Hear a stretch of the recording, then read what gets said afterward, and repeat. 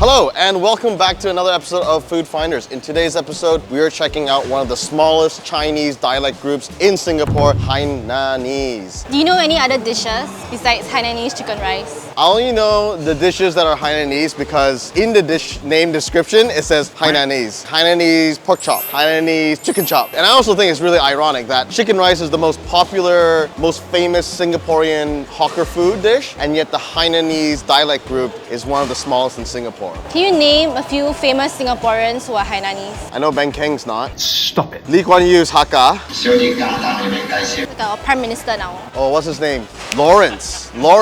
Prime Minister Lawrence, the young guy. TikTok, plays guitar. Where did Hainanese cuisine originate from? Hainan? You're correct. Okay, one last thing. What did they work as? I'm guessing cooks. Wow. Has to be cooks. Everything that I've met so far or learned so far about Hainanese has always revolved around cooking something. They were often the cooks in the background, and therefore I think they had a huge part to do with molding Singapore's cuisines and stuff. And they made a lot of contributions to the F&B industry in Singapore. There you go, Hainanese. Singapore thanks you for your contributions. I mean the old guys. You're new Hainanese, I don't know what you're doing. Lawrence Wong. Hey, and we're here at Lou's Hainanese Curry Rice. It's been here since 1946, so it's older than Singapore. Curry inherently is not a Hainanese traditional dish, so it's one of those dishes that was like kind of developed in Singapore. Let's go try what this relic of the past tastes like. Lou's Hainanese chicken rice. Curry rice, not chicken rice, sorry. I want to try your chicken curry, your chap chai, and then your meatball. Wow! As you can see, I got everything in one plate, and there's probably like 3 or 4 different types of curry that they've already mixed all within here. We got the chicken curry, which will come with the potato. We got the meatball, we got the Hainanese pork chop, and then we got the, I think it's their version of the chap chai. There's a little bit of glass noodle and everything in there. Potatoes really, really soft. Yeah, that one's a little bit sweeter than normal. It's still got that like curryness to it, but it's got a sweetness to it. That's nice. Everything's already been like mixed together, so sometimes you eat a little bit of this side of the plate, it's more curry. You eat on this side of the plate, there's a little bit of that sourness. So as long as you don't go like mixing it all up, every little section of this plate has a slightly different curry flavor to it. Let's try the actual meatball right now. It's most likely pork. There's onions. I think there's some like daikon in it or something. There's a little crunch somewhere. It's not just the onion. It's really nice, really flavorful. I would say like every bite so far that I've had is very comforting. This is what I grew up on when I was younger. Lots of curry, lots of rice. What is actually the breakdown of chap chai? I always know chap chai is like a mix of the cabbage and all that kind of stuff in the black sauce, which is this one, but I've never seen it with the glass noodle. If people know what it's actually called out there, like I'm sure you'll correct me. But it's kind of like a standard like slight soy taste, not very heavy. Everything is like one texture, so cooked to oblivion almost, including the glass noodles. And then let's move on to the Hainanese famous Hainanese pork with a little bit of tomato. Pork is nice, well-rounded, nothing crazy. It's a deep-fried pork cutlet. If you like that sweet and sour flavor, that's exactly what this flavor is. It's just super comforting. The only thing that would make it better, honestly, though, is if everything was kept a bit more heated. It does usually come a bit more lukewarm. Very like economy rice heat level. Very calorie intensive, very flavorful. It's probably too heavy for me for breakfast, but you have that first bite. It's addictive. And then you're like, oh, I wonder what this side of the plate will taste like. It's just a fantastic dish. And I can see why like it's been around for so long and why there's like such a big crowd behind there. It's basically non-stop. I gotta say, it's just really good and comforting. So if you like curry, if you've never had like Hainanese curry rice, you definitely should try it. Hainanese curry rice, it was created by Hainanese chefs, but then they got inspiration from the British and Peranakan. That makes sense because the curry's got like the different aromatic. It's got like the ginger. It's kind of like the Nonya curry that we always get in the buffets, but it's lighter. You'll be full, you'll be happy. You might go into a comatose after this. Just before we start off the next place, I just discovered after years and years of being in Asia, Malaysia, and in Singapore, this drink called Yen Yang, which is half kopi and half teh. And everyone here is just like, How did you not? I'm like, there is kopi and then there's tea. There's no such thing as these two things, but apparently there is. Still odd.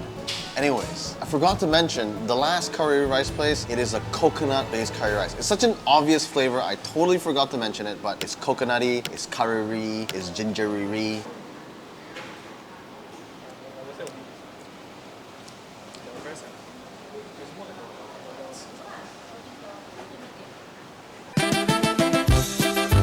We're here at Chin Chin Chicken Rice. What I have learned is that this area in Bugis is where chicken rice became chicken rice. And this particular place has been around since 1936. 1934. It's gotta be good if it's lasted this long, so let's try it out. You know it's chicken rice because the rice has a particular smell and fragrance to it, which is very unique. In front of me, we have 3 different dishes that they have. Hainanese poached chicken. You got your japchae, which is questionable if that's Hainanese or not. And then we got your prawn roll and the soup. I've had a lot of japchaes before, and it's usually just cabbage and your black fungus. But this particular one has a lot of seafood, a lot more value. Little bits of pork slices, fish maw, glass noodles. What else you got? Dry shrimp, and very quickly, I also noticed the gravy of this japchae is like very luxurious. Let's start off with the chicken rice. Very moist. My God. Look at that. Oh my God. Ladies and gentlemen, this is breast meat.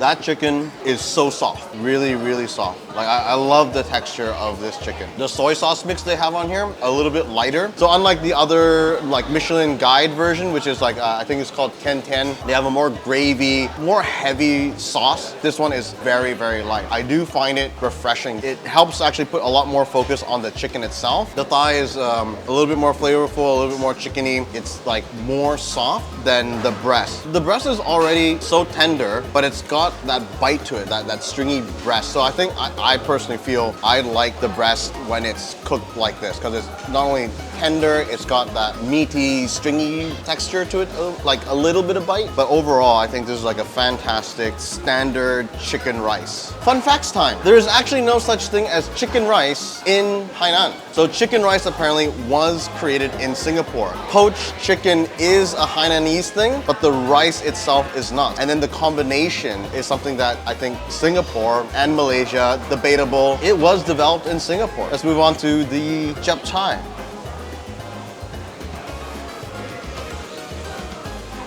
That japchae is very seafoody. It's got that very strong, dry, seafoody flavor to it, which is very different. The cabbage itself is not cooked to oblivion. There's still some bite and crunch to it. I do think that the way they made this japchae is just a cut above the norm, and the ingredients that they do use in it is of a higher quality. I believe it is the dried cuttlefish though, above all the rest, that really gives it a more umami flavor. And I think that is also seeped into the sauce as well. If you know japchae in Singapore, the sauce is almost never this consistency. Prawn roll. So I never really quite 100% understood prawn rolls. Is it mainly prawn? I always thought it was just like a seafoody meatball, spring roll.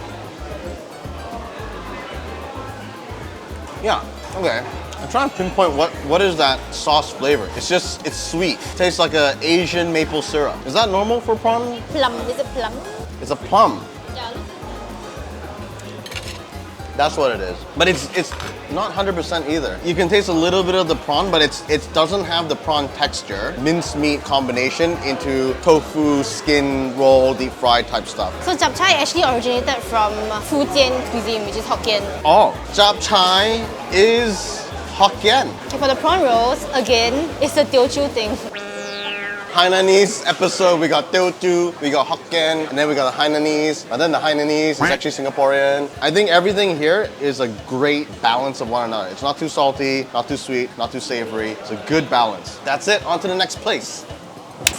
And we are here at the third and last location in Chinatown. Behind me is Hometown Hainan, owned by 2 Hainanese sisters. It's not a very well-known place, but it does seem like they do make very traditional and authentic Hainan noodles. Can I ask, are you guys originally from Hainan? This is Hainan lang. Then when did you come to Singapore? 20 years. Oh. Let's go! So we got the two dishes here from hometown Hainan Fen. The two ladies are in fact Hainanese. Not Singaporean Hainanese, but Hainanese from Hainan. They came here 20 years ago and then they brought their like original or traditional Hainan food here. So this is like close to the most authentic versions that you're gonna be able to find. So they're not like a historical Hainan Singaporean variation. It is like actually Hainan. The one thing one of them mentioned earlier that was quite interesting was that the noodle itself in Hainan is a lot softer, the rice noodle, but they can't get it here and they don't make the rice noodle, so they just get something more local. So far, the beef brisket is a very gravy, heavy gravy sauce. Let me try the brisket first.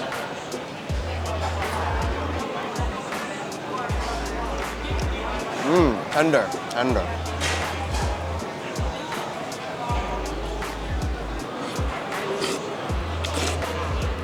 The brisket is really nice, very tender, just the way it should be. All the tendons in the brisket just breaks apart in your mouth, it's very nice. Flavor profile, I would say it's like very similar to your standard beef noodle soup in Singapore. Very similar. I do like that they do put a little bit of this pickled cabbage in it. Overall, quite nice. I think I have seen or have found like very similar stuff across most Singaporean beef noodle places. Next up, the dry noodle. Pickled pork fun. Seems to be a kind of like mee kia, pork strips, soybean sprouts, bamboo, shoots, peanuts.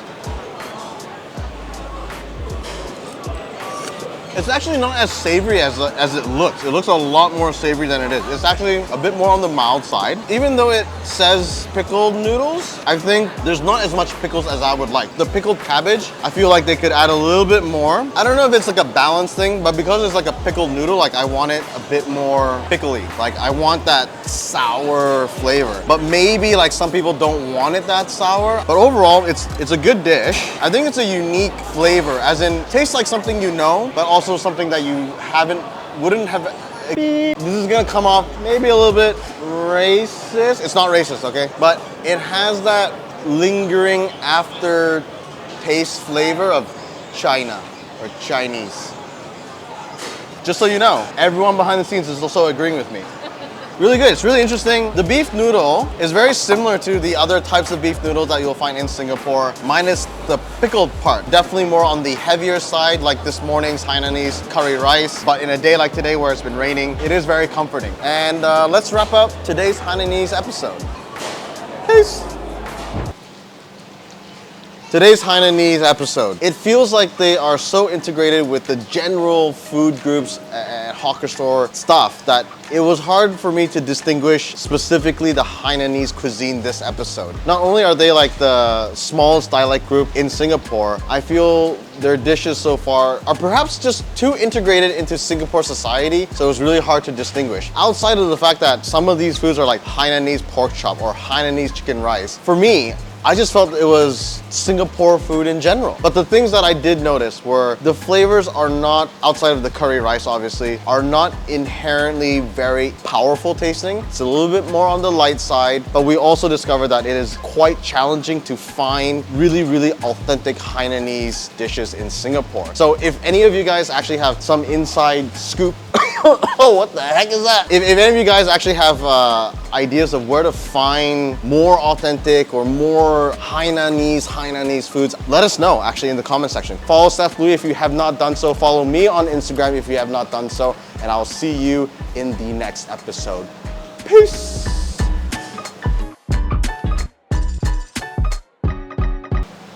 FYI, my favorite dish, of course, the chicken rice, but the chapchai is close second, and that curry rice, but it's too fattening, so I'm not allowed to have that too much, so